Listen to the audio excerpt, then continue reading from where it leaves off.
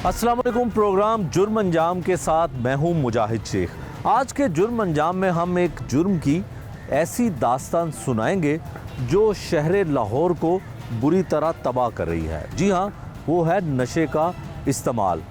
थाना वादत कॉलोनी की हदूद में दो मंशियात का इस्तेमाल करने वाले आदी मुजरिम जो आदी हैं मंशियात के इस्तेमाल के, वो झगड़ा करते हैं। उस झगड़े के नतीजे में एक नशे का इस्तेमाल करने वाला आदी दूसरे शख्स को छुरियों के वार से कत्ल कर देता है। वो इलाका ऐसा है जहाँ पे हर घर एक दूसरे के साथ जुड़ा हुआ है। ये कहानी है क्या, क्यों कत्ल की वारदात हुई और वो कौन सा नशा था जो वो इस्तेमाल करते थे और नौबत कत्ल तक आ पहुँची। हम आपको दिखाते हैं ये सब कुछ आज के इस प्रोग्राम में। एक दो बार इतने आए ने तो 1500 2000 2500 लैके फिर पुलिस वाले वो कादे पैसे लैके कार्रवाई करनी, कोई पता नहीं क्या होगा, मैटर बना फिर असी देते हैं, फिर हो गए चलो। तो दोबारा फिर पुलिस ने कोई रास्ता नहीं कोई किया। चक्कर नहीं, कोई है नहीं कोई। जो कत्ल हुआ है ये कत्ल इसलिए हुआ है कि एक दूसरे के साथ झगड़ा नशे की वजह से हुआ था। नशा ना पूरा प्रोवाइड करने की वजह से इनका आपस में कुछ मामला हुए, जो झगड़ा हुआ जिसकी वजह से ये जो भाईजान पिछले दिनों कत्ल हुए, उनकी जो वाइफ है वो लोगों के घरों में काम करती हैं, बच्चे हैं वो बेचारे मजदूरियाँ करते हैं, ना वो पढ़ते हैं, ना उनके इतने वसाइल है, किराए पे रहते हैं।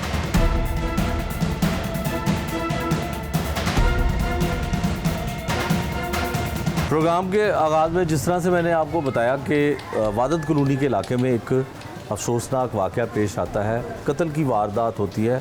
घर की दहलीज के बाहर एक शख्स को कत्ल कर दिया जाता है। मकतूल का बेटा वो हमारे साथ है, उससे जानते हैं ये कत्ल की वारदात कैसे हुई, मुलजिम कौन था, क्या रंजिश थी, किस तरह से कत्ल हुआ। भाई अपना नाम दसो, की नाम है तुहाडा? अदील। अदील अदील की नाम सी वालद साहब का? तनवीर। तनवीर साहब ਨੂੰ क्यों कत्ल किया? वैसे कोई रंजिश है थी काफ़ी देर की रंजिश सी ये नहीं कोई पता। ऐ नहीं पता तो की वाकया की होया, किस तरह कत्ल किया? वाकया तो मैं मौके पर मौजूद नहीं, मौके पर महल्लेदार है कैसे थे उन्होंने कुछ। हाँ नहीं की होया पता तो चलिया होना ना कि किस तरह होया। बस उन्होंने काचू मारिया, बस इन्नी पता लग गया। चाकू मारिया? मौके पर हैगा नहीं सर, मौके ते ही दम तोड़ गए। हाँ, तो मौके ते। मुकदमे का मुदई कौन बनया?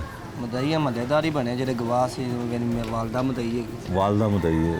तो किन्ने भैन भाई हो? 5 5 भैन भाई हो। तो वालद साहब की करते सन? फल का काम करते थे। फल का काम करते सी। तो इत्थे एक कमरे दे रिहाइश है तुहाडी, हाँ जी मेहनत मजदूरी करते सी? जी। वालद साहब भी मेहनत मजदूरी करते सन। जिन्हें मारिया वो कौन सी? वो भी महल्लेदार से। वो भी महल्लेदार सी। तो दोस्त सी वालद का? बात ठीक लगता टपदे टकराव हो जाता, थोड़ा बहुत दोस्त सी, काफ़ी देर नहीं देखा। अच्छा तो वालदा किथे ने, मतलब मुलजिम ते फड़िया गया, मौके ते ही पकड़िया गया सी? मौके ते फड़िया गया, थोड़ा अगे जाके नस गया सी, फिर पिछों महल्लेदार भाई लगे ने तो उन्होंने फड़ के फिर उन्होंने फड़ लिता सी। तो उसके बाद अपना पुलिस ने उन्होंने जेल भिजवा दिता है। जेल पहुंचा। आला कत्ल भी बरामद हो गया, छुरी भी बरामद हो गई, सारा कुछ सब कुछ बरामद हो गया। जी। तो इंसाफ हो रहा है? इंसाफ तो असं साढ़े को पैसा ही नहीं है जरा असं पिछे जाइए। अच्छा। ठीक है, जेलों तुहानू पता पैसे मंगदियाँ। अच्छा ठीक है, हाँ। जेलों पैसे मंगदियाँ, फिर असी क्या ठीक वकील किया कोई? पुलिस ने कोई तावन नहीं किया? नहीं किया। पुलिस ने भी तावन नहीं किया, मुलजम तो फड़ लिया। मुलजम फारे मुलजम जेल भेजता, तो उन्होंने सज़ा मिलेगी, टाइम लगेगा वो प्रोसेस। सजा फिर जो वक्त भावें उन्नी दिन आप पूरा हो जाए। अच्छा की चाहते हो की होना चाहिए? वक्त सानू इंसाफ मिलना चाहिए।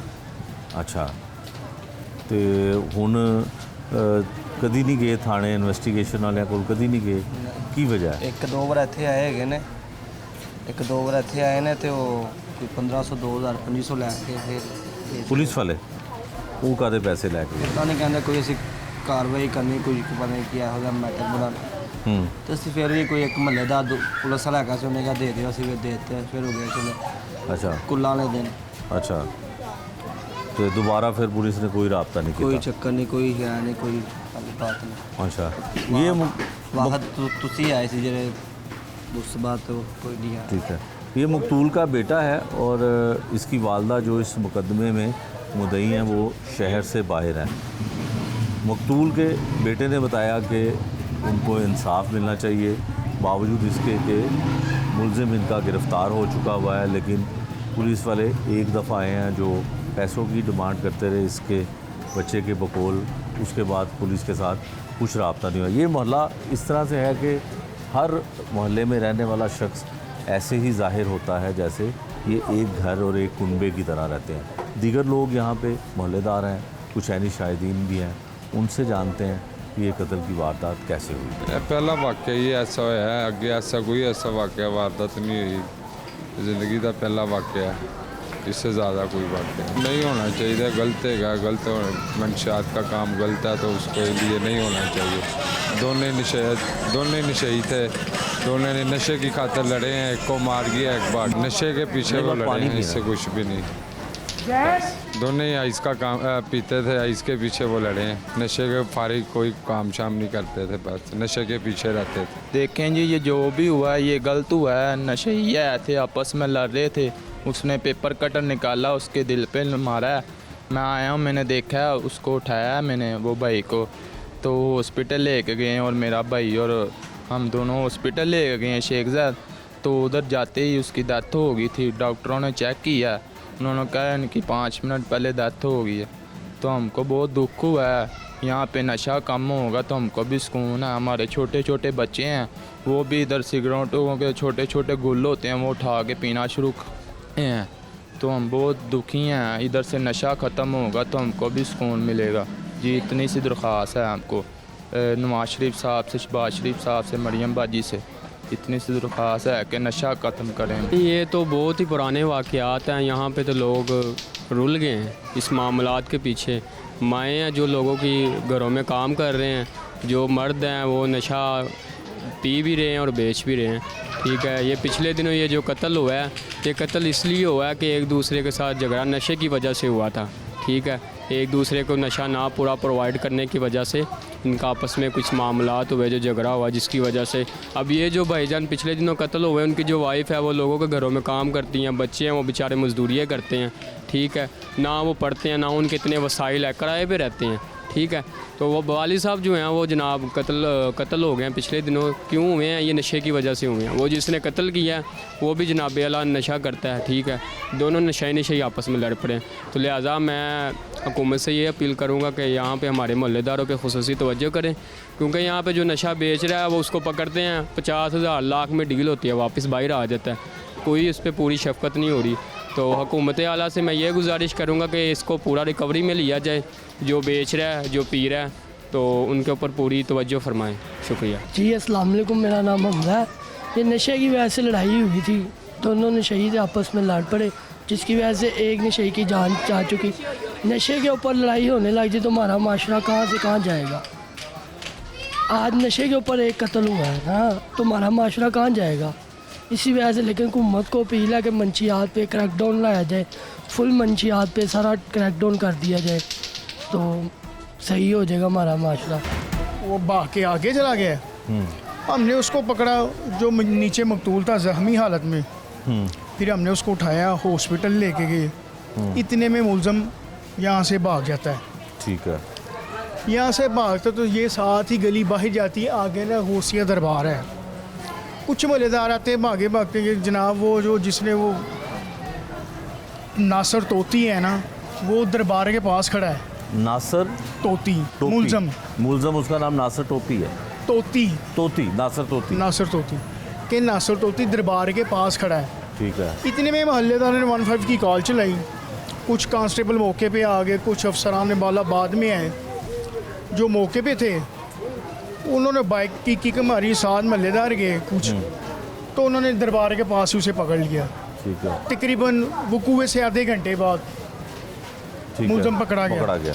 ठीक हो पकड़ा गया। गया। अच्छा, जो आपको लगता है वो कत्ल की वजह कोई और नहीं थी, क्योंकि कत्ल नशा की का कोई बस ये नशे खास की वजह लड़ाई नहीं थी। खास साथ ही ये कत्ल है। अब जो है वो कत्ल अब नशे के लिए भी आप समझते हैं कि जी, कत्ल जी। वारत अब शुरू हो गई है कि नशे हाँ एक दूसरे को मंशियात के आदि, एक बस दूसरे को ये मारने लगे। आइस के नशे की वजह से हुआ है।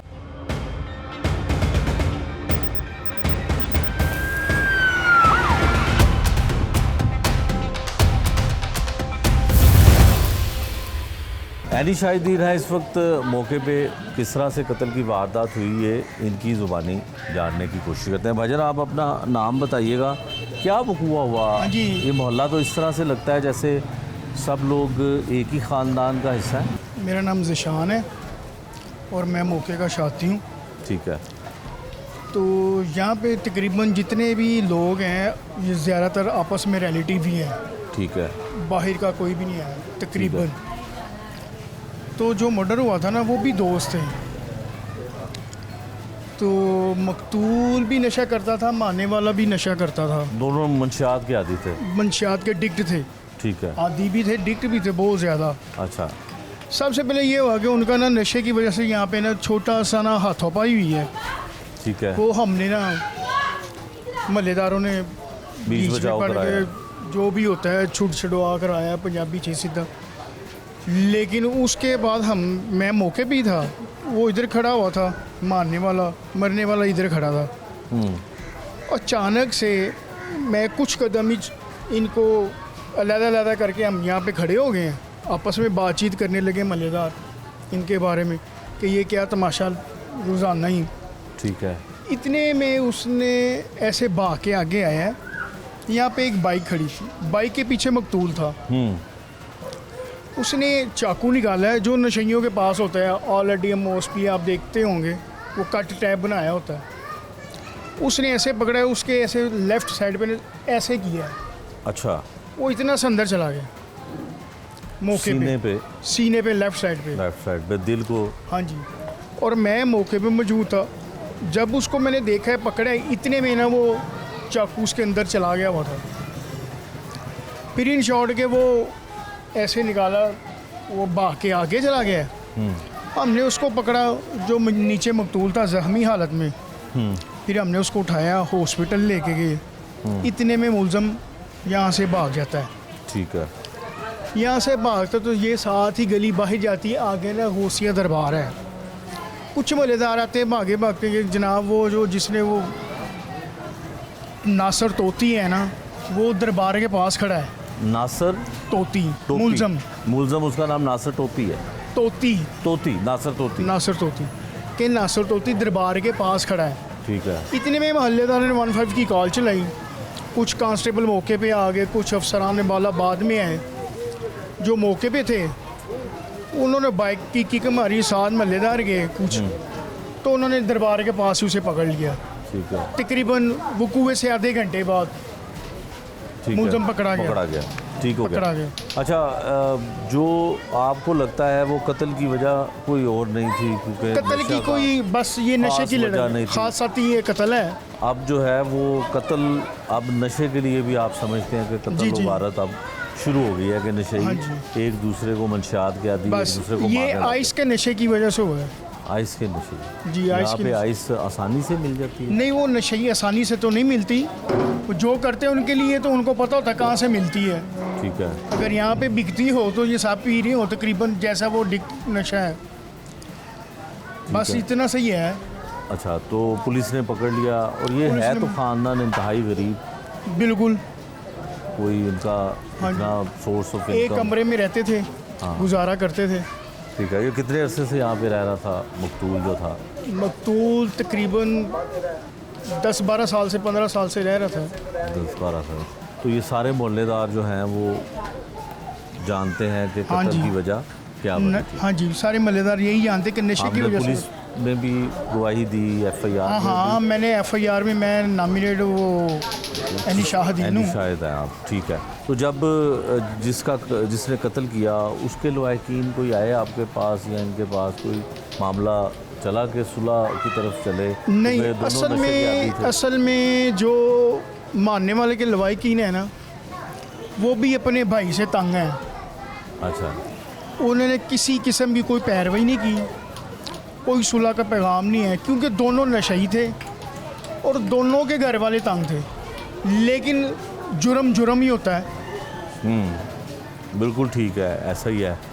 ये थे जी एनी शाहिद इस इलाके के, जिन्होंने कत्ल की वारदात अपनी आँखों से देखी, और मकतूल को मारने की और कत्ल करने की कोई वजह बड़ी सामने नहीं आई। दोनों में से एक ही वजह मोहल्ले का हर शख्स जो है वो यही बताता है कि दोनों नशे का यानी कि मंशियात का इस्तेमाल करते थे, और अब मंशियात का इस्तेमाल करने वाले लोग एक दूसरे की जान के भी प्यासे हो चुके हैं। आइस का इस्तेमाल करते थे दोनों, मकतूल भी और मुलजिम भी, यानी कि जो मुलजिम है पुलिस ने उसको हिरासत में लिया। बहुत सारी ड्रग्स आजकल कॉमन हैं और चर्स है, हैश है, आइस क्रिस्टल है, हेरोइन है, कोकेन है, डिफरेंट हैं। लेकिन जो सबसे ज़्यादा ड्रग्स है आइस क्रिस्टल, हैश और भंगी एक ऐसी नशे हैं जो कि पेशेंट में साइकोसिस ले आते हैं। साइकोसिस मीन्स हेलुसिनेशंस हो जाना और आप एक अजीब सी दुनिया में चले जाते हैं और आप एक ऐसी दुनिया में रहना शुरू हो जाते हैं जिसमें बहुत ज़्यादा आप समझेंगे ख्यालात आने शुरू हो जाते हैं अजीब जिस्म के, और आप आम ज़ुबान में कहेंगे पागलपन की तरफ ले जाते हैं। तो ये जो हैं जो नशे उनको देखने की ज़रूरत है और पेरेंट्स को ज़रूर देखना है। और आजकल आइस क्रिस्टल की बहुत ज़्यादा है और जो इस पर तो पेरेंट्स को ज़रूर देखना चाहिए कि क्या हो रहा है, बच्चा इतना ओवर एक्टिव है तो क्यों है, और बच्चा इतना जाग रहा है तो क्यों जाग रहा है, बच्चा आइसोलेट क्यों हो रहा है और बच्चा हाइपर क्यों हो रहा है। ये सारे सिम्टम्स हैं जिसमें पेरेंट्स को देखना चाहिए कि हम अपने बच्चे को किस तरह समझ जाएं कि ये अलार्म हो गया और हमें इसको चेक असेस करने की ज़रूरत है।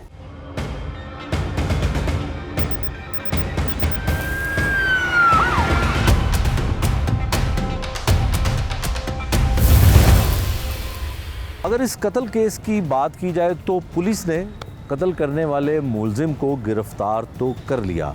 दूसरी जानिब पुलिस मंशियात का इस्तेमाल करने वाले और मंशियात फ़रोख्त करने वाले लोगों को भी गिरफ़्तार करती है, लेकिन शहर लाहौर में मुकम्मल तौर पर मंशियात फ़रोख्त होने का जो एक घनौना कारोबार है उसको कंट्रोल नहीं किया जा सका। इस केस से जुड़े, इस केस से वाबस्ता लोगों ने क्या कहा ये भी हमने आपको सुनाया, लेकिन मंशियात की रोकथाम के लिए इक़दामात करने वाले और मंशियात का इस्तेमाल करने वाले जो मरीज़ होते हैं उनके हवाले से डॉक्टर्स क्या कहते हैं, रोकथाम करने वाले लोग क्या कहते हैं कि इस नौबत तक मामला पहुंच चुका है कि अब मंशियात के आदी एक दूसरे के खून के प्यासे हो चुके हैं। वो क्या कहते हैं ये भी उनकी ज़ुबानी सुन लीजिए। अस्सलाम वालेकुम, मेरा नाम सोफिया सुहेल है, मैं एग्जेक्टिव डायरेक्टर हूँ फोकस लाइफ रिहैब की। और जहाँ तक आपने सवाल किया है मुझसे कि अदम बर्दाश्त बहुत ज़्यादा हो गई है, जो मनशियात के पेशेंट हैं या मनशियात के जो आदी अफराद हैं जो बीमारी के शिकार हैं वो मर्डर्स करने लगे, दूसरे को मारने, जानलेवा हमले करने लगे। इसकी दो तीन वजूहत हैं। एक तो हमारे माशरे में वैसे अदम बर्दाश्त बहुत ज़्यादा हो चुकी है, हम लोग वैसे हाइपर ज़्यादा हैं। दूसरा जो नशा करने वाले लोग हैं ये बेसिकली आदत नहीं है, ये बेसिकली एक बीमारी है जिसकी वजह से इंसान का जो बिहेवियर है वो बहुत एग्रेसिव हो जाता है, बहुत गुस्सा करने लगता है, पैनिक अटैक्स होने शुरू हो जाते हैं। ख़ास तौर पे वो अफराद जो ड्रग्स ले रहे हैं, जो किसी भी किस्म का नशा कर रहे हैं, जब उनको वो नहीं मिलता तो वो क्या करते हैं कि वो हर अनफेयर मीन यूज़ करते हैं उस नशे को हासिल करने के लिए, क्योंकि उनकी बॉडी क्रेविंग हो रही होती है, उनकी बॉडी में इतनी शदीद पेन हो रही होती है, वो बर्दाश्त नहीं कर पाते हैं। और फिर क्या होता है कि वो नशा हासिल करने के लिए चोरियां भी कर रहे हैं, लोगों के गले भी काट रहे हैं, बहुत सारी चीज़ें कर रहे हैं जो कि एक बहुत गलत चीज़ है हमारे माशरे में। सवाल भी पैदा होता है कि हम इसको तदारुक कैसे करें, हम किस तरह से इसको बेहतर कर सकते हैं। सबसे पहले तो इलाज करवाना बहुत ज़रूरी है। ये जो मिथ है लोगों के दरमियान में कि जो नशे की तो एक बुरी आदत है, बुरी लत है, बेटी की शादी करते ठीक हो जाएगा, ऐसा नहीं है। ये एक बीमारी है और इस बीमारी का इलाज करवाना चाहिए। इसके लिए स्पेशली डिफरेंट रिहैब्स बने हुए हैं जहाँ पे प्रॉपर एक प्रोफेशनल टीम है जो कि साइकियाट्रिस्ट, साइकोलॉजिस्ट और डॉक्टर्स पे मुश्तमिल है, जो कि मुकम्मल टेक केयर करती है, उसको अपने इंडोर में ट्रीटमेंट करते हैं और उनका इलाज मुमकिन होता है। होता क्या है कि लोग हमारे पास आते हैं और कहते हैं कि जी हमने फ़लाँ जगह से हमने इलाज करवाया, फ़लाँ जगह से इलाज करवाया और हमारा बच्चा तो फिर एडिक्शन का शिकार हो गया। बेसिकली बीमारी रिलैप्स होने की बीमारी है, इसमें रिलैप्स होते हैं। लेकिन जहाँ पे भी एक प्रोफेशनल टीम होगी जो कि प्रॉपर इलाज कर रही होगी, जो कि प्रॉपर गाइडलाइन दे रही होगी, फैमिली काउंसलिंग भी कर रही होगी, बच्चे की भी काउंसलिंग कर रही होगी या किसी भी पेशेंट की काउंसलिंग कर रही होगी, वहाँ पे रिलैप्स होने के चांसेस बहुत कम होते हैं। मोस्टली हमारे जैसा हमारा फोकस लाइफ है, वैसे हमारे पास प्रोफेशनल टीम मौजूद है, हमारे पास साइकोलॉजिस्ट हैं, हमारे पास डॉक्टर्स हैं, हमारे पास 24 घंटे अवेलेबिलिटी होती है कि अगर पेशेंट हमारे पास आता है उनको देखा जाता है कि उनकी बीपी चेक किया जाता है, उनकी शुगर चेक किया जाता है, हर चीज़ को चेक किया जाता है। तो जहाँ प्रोफेशनल टीम होती है वहाँ रिलैप्स के चांसेस भी कम होते हैं और वहाँ पे गाइडलाइन प्रॉपर होती है, प्रॉपर मेडिसिन दी जाती हैं। तो अगर प्रॉपर इलाज करवाया जाए तो इसका तर मुमकिन है, इलाज होता है और लोगों को असेस नहीं कर पाते इस चीज़ को। ज़रूरत इस समझ के लोगों को गाइडलाइन दी जाए कि कौन से मनशियात बेसिकली है क्या, किस तरह ये इम्पेक्ट करती है ह्यूमन बीइंग पे और किस तरह उसकी फ़िज़िकल हेल्थ डैमेज होती है, किस तरह साइकोलॉजिकल हेल्थ डैमेज होती है। जब वो असेस कर लेते हैं इस चीज़ को तो तब देखें कि कौन सा रिहैब सेंटर है जहाँ पे प्रॉपर इलाज होता है, जहाँ पे अच्छा इलाज होता है, तो वहाँ इलाज करें तो बेहतर तरफ हालात बेहतर हो जाते हैं। मुख्तलिफ ड्रग्स हैं, उनके जो रिस्पॉन्स है ये बिहेवियर्स भी डिफरेंट है, लेकिन जो कॉमन बिहेवियर है ना वो स्ट्रबननेस है, ज़िद्दी, अपनी बात पे अड़ जाना, उसकी बात अगर नहीं माने तो गुस्सा कर जाना, आइसोलेट हो जाना, तन्हाई पसंद हो जाते हैं। बिलफर्ज अगर किसी ऐसे इंसान के साथ आपकी बहस शुरू हो गई है या आपसे बातचीत करे और आपको अंदाज़ा नहीं है कि वो ड्रग्स लेता है तो आप देखिएगा एग्रेसिव हो जाएगा, वो अपनी बात मनवाने के लिए एकदम से हाथापाई पे उतर आएगा और चीज़ें उठाकर फेंकना शुरू कर देगा। इस तरह के जो बिहेवियर जब होने चाहिए तो समझ जाएं कि समथिंग गोइंग रॉन्ग और ना कोई ड्रग वो ले रहा है। सबसे पहले तो बहुत ज़रूरी है, जो आइस क्रिस्टल है वो बहुत कॉमन हो गई यूनिवर्सिटीज़ में, ठीक है। आइस क्रिस्टल जो होता है उसका थोड़ा सा माइंड ये होता है कि वो माइंड को अलर्ट कर देता है और बच्चे स्टूडेंट्स ये समझ रहे होते हैं कि हम कई घंटे बैठ कर पढ़ लेंगे, हमारा कंसंट्रेशन बिल्ड हो जाएगा, हम अच्छे असाइनमेंट्स कर लेंगे, ग्रेड्स के चक्कर में पड़ गए, एक रेस लगी हुई ना कि हमारे ग्रेड्स अच्छे होने चाहिए, हमारा CGPA अच्छा होना चाहिए। इस चीज़ ने लोग बच्चों को, स्टूडेंट्स को खासतौर पर आइस क्रिस्टल लेने पर मजबूर किया। उसमें सबसे पहले तो ये जो स्कूल लेवल पे आकर एक बाकायदा प्रोग्राम्स होने चाहिए, वर्कशॉप्स होनी चाहिए जहाँ बच्चों को बताया जाए ड्रग्स है क्या और किस तरह इम्पेक्ट करती है, किस तरह आपकी साइकोलॉजिकल और फिजिकल हेल्थ को डैमेज करती है। बच्चों में तो शुरू से पता होगा सिगरेट इज़ अ गेटवे। अगर आपके सिगरेट पीना शुरू कर दी है, ठीक है, आपके बच्चे ने सिगरेट पीना शुरू कर दिया, वो इस ग्रुप को ज्वाइन कर लेगा जहाँ स्मोकिंग हो रही होगी। उस ग्रुप में एक बच्चा चर्च पी रहा होगा, फिर वो उसको कहेगा नहीं तुम ये फ्लेवर ट्राई करो, इसमें तुम ज़्यादा एंजॉय करोगे। वो चर्च का ग्रुप बन गया, फिर चर्च के ग्रुप में एक कोई आइस क्रिस्टल ले रहा होगा, आहिस्ता आहिस्ता ये चीज़ स्टार्ट हो जाती है। Cigarette is a gateway. जब बच्चा सिगरेट शुरू कर देता है तो पेरेंट्स के लिए एक अलार्म है, उनको उस पर सोचना चाहिए कि क्यों शुरू की है और उसको रोकना चाहिए। लॉ एंड ऑर्डर तो होना ज़रूरी है। सबसे पहले तो नशियात की इतनी अवेलेबिलिटी क्यों है, सबसे पहले तो ये देखने की ज़रूरत है कि नशियात की अवेलेबिलिटी क्यों है इतनी ज़्यादा, उसकी रोकथाम की होनी चाहिए। सबसे पहले तो उसकी रोकथाम होगी तभी पुलिस कुछ कर सकेगी। सबसे पहले तो देखें जी इसको रोका जाएगा, ये बिल्कुल कॉमन हर जगह ना मिल सके, उसको रोका जाए। अगर कोई बादशाह अफराद इसकी पुष्ट पनाही कर रहे हैं उसको भी रोकना चाहिए। थोड़ा सा पहले तो बैलेंस रखें कि जी ना हो, और पुलिस एफर्ट कर रही है तो प्लीज़ ज़रूर करे। लॉ एंड ऑर्डर के बगैर हम नशा पे काबू नहीं पा सकते अनटिल ये डॉक्टर्स बहुत मेहनत करें, हम लोग सब जो है वाले बहुत मेहनत करें, पेरेंट्स भी मेहनत करते हैं। कोई पेरेंट्स नहीं चाहता कि उनका बच्चा जो है किसी ड्रग्स का शिकार हो, लेकिन ओवरऑल गवर्नमेंट को हाई लेवल पे इस पे काम करना चाहिए, इसकी रोकथाम के लिए काम करना चाहिए, तभी चीज़ें बेहतर होंगी। बहुत सारे केसेस आते हैं, मैं थोड़ा सा हम कोशिश करते हैं प्राइवेसी को मेंटेन रखें। एक केस आया था जो कि बहुत वेल ऑफ था और वो बड़ी ज़मीनों का मालिक था वो बच्चा, और उसके फादर की डेथ के बाद सारा वक्त टेक केयर करना शुरू किया अपनी ज़मीनों को।